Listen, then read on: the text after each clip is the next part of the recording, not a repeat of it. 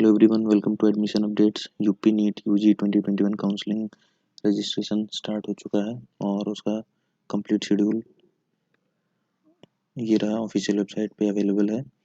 तो registration start हुआ है 20 जनवरी को और लास्ट डेट है 24 जनवरी। उसके बाद डॉक्यूमेंट वेरिफिकेशन की डेट 21 जनवरी टू 25 जनवरी है। Date of declaration of merit list release होगी 25 जनवरी को। ऑनलाइन चॉइस फिलिंग की डेट है 27 जनवरी टू 31 जनवरी। सीट अलॉटमेंट रिजल्ट आएगा 1 एंड 2 फरवरी।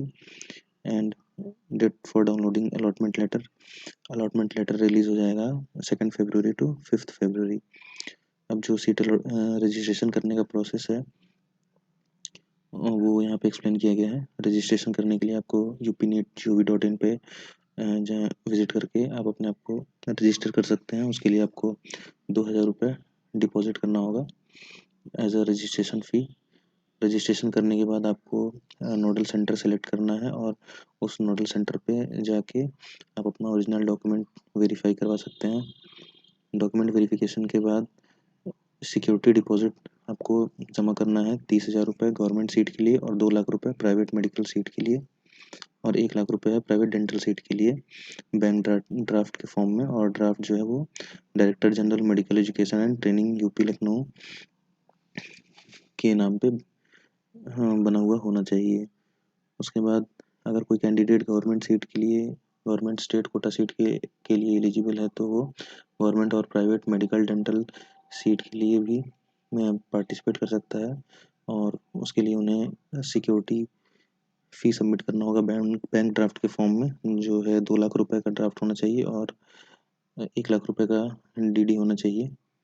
उसके अलावा यानी यहाँ पे आपको 2 डीडी सबमिट करना है।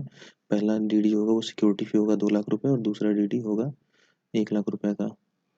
उसके बाद अगर आप चॉइस फिलिंग करते हैं तो चॉइस फिलिंग में वही कैंडिडेट एलिजिबल हैं जिनका ओरिजिनल डॉक्यूमेंट नोडल सेंटर पर वेरीफाई किया जा चुका है और जिसका डॉक्यूमेंट वेरिफिकेशन सक्सेसफुल नहीं होगा वो चॉइस फिलिंग नहीं कर पाएंगे। उसके बाद चॉइस फिलिंग के बाद कैंडिडेट्स को चॉइस फिलिंग करते समय कैंडिडेट्स कॉलेज और कोर्स सिलेक्ट करेंगे जिसमें उनका इंटरेस्ट है। चॉइस फिलिंग के बाद उन्हें चॉइस लॉक करना है। अगर चॉइस लॉक नहीं करेंगे तो कैंडिडेट्स को सीट अलॉट नहीं होगी और वो सीट अलॉटमेंट प्रोसेस से बाहर हो जाएंगे। अगर किसी कैंडिडेट को सीट अलॉट हो गई है तो उन्हें उस सीट पर एडमिशन लेना कंपलसरी है, अदरवाइज उन्होंने जो फ़ी सिक्योरिटी में डिपॉजिट किया है वो उन्हें वापस नहीं मिलेगा। तो ये कुछ इंपॉर्टेंट डिटेल्स हैं। Thanks for watching and subscribe the channel for other updates.